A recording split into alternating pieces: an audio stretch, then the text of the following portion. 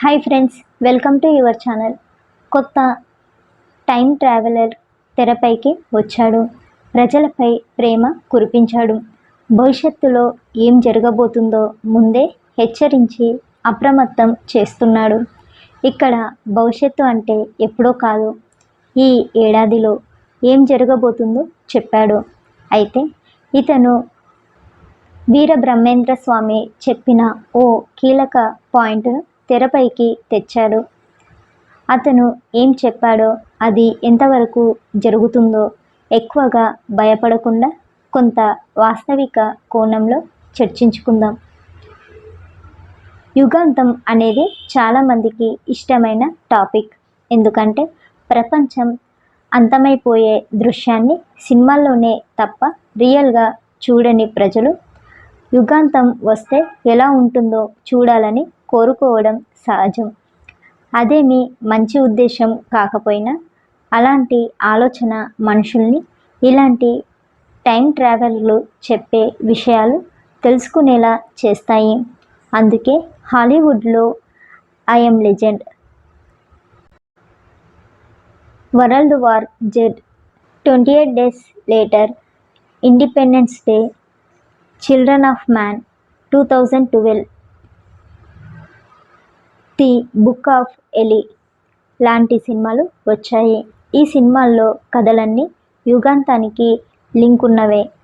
ప్రపంచంలో కరోనా వచ్చాక టైం ట్రావెలర్లు తరచూ మన కాలానికి వస్తున్నారు.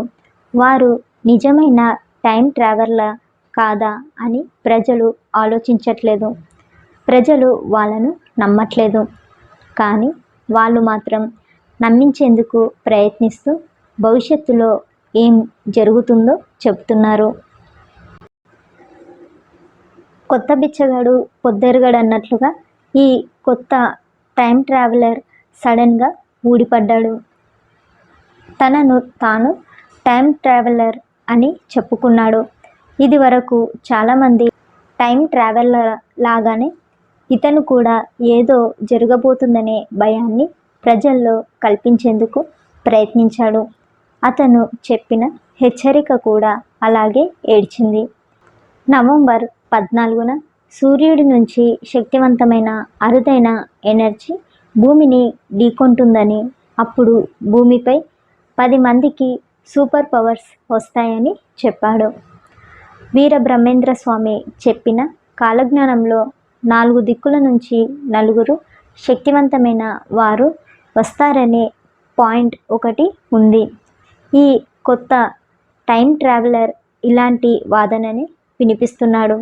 సూర్యుడి నుంచి వచ్చే ఎనర్జీ ప్రభావం ఏ వ్యక్తులపై పడుతుందో వాళ్లకు సూపర్ పవర్స్ వస్తాయని చెప్పాడు. అయితే ఇక్కడో చిన్న మెలిక పెట్టాడు. శక్తులు వచ్చిన వారంతా వాటిని మంచి పనులకే వాడరు అన్నాడు. అంటే వాళ్ళలో కొందరు మనకు విలన్స్ అవుతారు, మరికొందరు హీరోలు అవుతారు అనుకోవచ్చు. ఇదేదో హాలీవుడ్ సూపర్ హీరోల సినిమాలా ఉంది కదా. ఈ టైం ట్రావెలర్ టెలికినెసిస్ అనే శక్తి 10 మంది మనుషులకు వస్తుందని చెప్పాడు. ఇదేంటి అనే డౌట్ మనకు రావచ్చు. ఇదేంటంటే వస్తువుల్ని ముట్టుకోకుండానే కదపగలిగే శక్తి. అంటే మీకు ఈ శక్తి వస్తే మీకు 20 అడుగుల దూరంలో ఓ రాయి ఉంది అనుకుందాం. మీరు ఆ రాయిని ముట్టుకోకుండా దాని దగ్గరకు వెళ్లకుండానే దాన్ని లేపగలరు. శత్రువులపై దాన్ని ప్రయోగించగలరు. ఇలాంటి శక్తులనే మనం అతీంద్రియ శక్తులు అంటున్నాం. సైన్స్ ఫిక్షన్ సినిమాలు చూసి చూసి మనకు ఈ శక్తులపై చాలా అవగాహన వచ్చేసింది కదా. ఈ టైం ట్రావెలర్కి వందల మంది కామెంట్స్ ఇస్తున్నారు. దీనిపై మరింత సమాచారం ఇవ్వాలని చాలామంది కోరుతున్నారు. టీజర్లలాగా చెప్పావని అంటున్నారు. మరికొందరు నమ్మట్లేదు. నిజమా? అయితే ఆ 10 మంది పేర్లు చెప్పు అని ఓ యూజర్ ప్రశ్నించారు. ఆ రోజు నేను ఎండలోనే ఉంటాను. సూపర్ పవర్ సాధిస్తాను, నేను దాన్ని మంచి కోసం వాడను అని మరో యూజర్ సరదా కామెంట్ ఇచ్చారు. ఇలాంటి శక్తులు వస్తే మంచిదే, అసలే గ్యాస్ పెట్రోల్ ధరలు పెరిగిపోయాయి, టెలిపోర్టింగ్ లాంటి శక్తి వస్తే బాగుండు, అప్పుడు ఇక్కడ మాయమై ఆఫీసులో ప్రత్యక్షం కావచ్చు అని మరో యూజర్ అంటున్నారు. ఈ మధ్య ఇలాంటి మరో వాదనను వినిపించాడు. తాను కూడా భవిష్యత్తు నుంచి వచ్చానని చెప్పాడు. మరో సంవత్సరంలో ప్రపంచ దేశాల ప్రజలు సమాంతర విశ్వాన్ని చూస్తారని అన్నాడు. అది మనం ఉన్న ప్రపంచానికి పూర్తి విరుద్ధంగా ఉంటుందని చెప్పాడు. అలాగే అజావా అనే కొత్త గ్రహంపై మరో రకమైన మనుషులు ఉంటారని చెప్పాడు.